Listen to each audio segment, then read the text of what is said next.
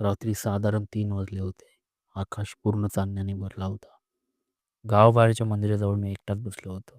माझे मित्र पाणी प्यायला गेले होते आणि समोरच्या वडाच्या झाडावर वटवाघळे उलटी लटकली होती. तेव्हाच माझ्या कानावर कोणीतरी कुजबुजत असल्याचा आवाज आला. पण खरी भीती तेव्हा सुरू झाली जेव्हा मी त्या आवाजाच्या मागे गेलो आणि तळावाजवळ त्याचा चेहरा पाहिला. हेडफोन लावा, लाईट बंद करा, कारण ही गोष्ट फक्त ऐकायची नाही, अनुभवायची आहे. ही घटना माझ्या आयुष्यातली सर्वात भयानक रात्र आहे. होळीच्या आधीची रात्र होती. आमच्या गावात एक परंपरा आहे. होळी पेटवण्यासाठी हलकुंड म्हणजे झाडांच्या फांद्या आणायच्या. त्या रात्री आम्ही 5-6 मित्र माळावर जमलो होतो. मोठी माणसं तिथे बसून चहा पित होती आणि आम्ही मस्ती करत होतो. अचानक त्यांच्यातल्या एक काकाने ओरडून सांगितलं, "अरे मस्ती बंद करा. जा आणि हलकुंड घेऊन या." आम्ही कोयते घेतले आणि शेताच्या दिशेने निघालो. रात्री सुमारे 2:30 ते 3 वाजले असतील. आजूबाजूला पूर्ण शांतता होती. फक्त किड्यांचा आवाज. आम्ही सकाळीच एक झाड पाहून ठेवलं होतं. थेट तिथेच गेलो. आमच्यातला एक झाडावर चढला आणि फांद्या तोडू लागला. प्रत्येकाने 2-2 फांद्या घेतल्या. पण अडचण इथूनच सुरू झाली.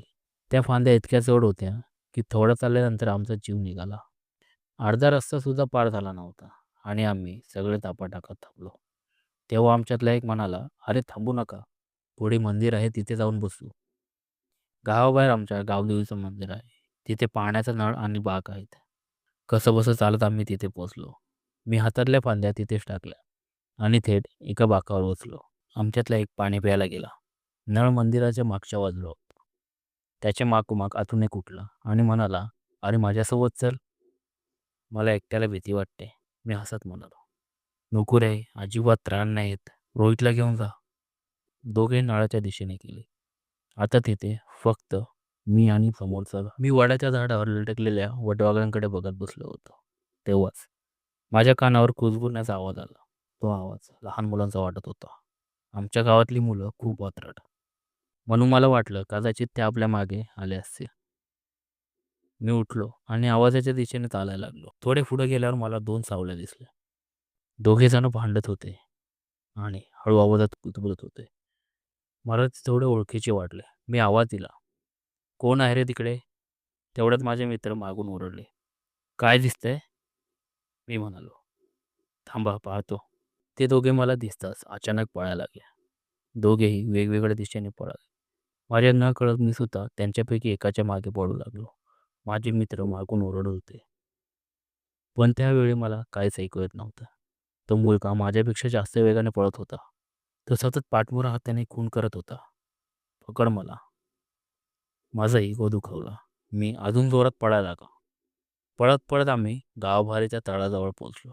तो तळावाच्या पायऱ्या उतरला. मी ओरडलो, "अरे थांब." पण तो थांबला नाही. त्याचे पाय आता पाण्यात होते. मी सुद्धा पुढे गेलो आणि अचानक तो हळूहळू माझ्याकडे वळला. मी जे पाहिलं ते पाहून माझ्या पायाखालची जमीन सरकली. त्याच्या चेहऱ्याचा अर्धा भाग पूर्ण गायब होता. कातडीच नव्हती, फक्त रक्त आणि काळा मांस. त्याचे डोळे पूर्ण खोल आणि काळे होते आणि तो माझ्याकडे पाहून हसू लागला. आता माझ्या अंगात कापरा भरला. मी मागे सरकलो. तेवढ्यात तो हळू आवाजात म्हणाला, "एवढ्या रात्री इथे का आलास?" त्याचा आवाज जणू 2 लोक एकाच वेळी बोलतात असा होता. मी काही बोलू शकलो नाही. तो हळूहळू पाण्यातून वर येऊ लागला. पण त्याचे पाय जमिनीला लागत नव्हते. तो हवेतच माझ्याकडे सरकत होता आणि तेव्हा मला अचानक आठवलं, आमच्या गावात एक कथा सांगतात. काही वर्षांपूर्वी याच तळात एक मुलगा बुडून मेला. तो अगदी माझ्या समोर होता. त्याने हळू आवाजात विचारलं, "खेळशील माझ्यासोबत?" माझ्या तोंडातून आवाजच निघत नव्हता आणि तेवढ्यात दुरून माझ्या मित्राचा आवाज आला, "हे कुठे गेलास तू?" मी मागे वळून पाहिलं आणि पुन्हा समोर पाहिलं. तो गायब झाला होता. त्या रात्रीनंतर मी कधीही त्या तळाजवळ गेलो नाही. पण अजूनही होळीच्या आधीच्या रात्री गावातल्या काही लोकांना तिथे कोणतरी मुलगा पाण्यात उभा दिसतो आणि ते नेहमी एकच खून करतो. तुम्हाला ही गोष्ट कशी वाटली हे कमेंटमध्ये नक्की सांगा आणि अशाच गोष्टी ऐकण्यासाठी आपल्या चॅनलला सबस्क्राईब करा.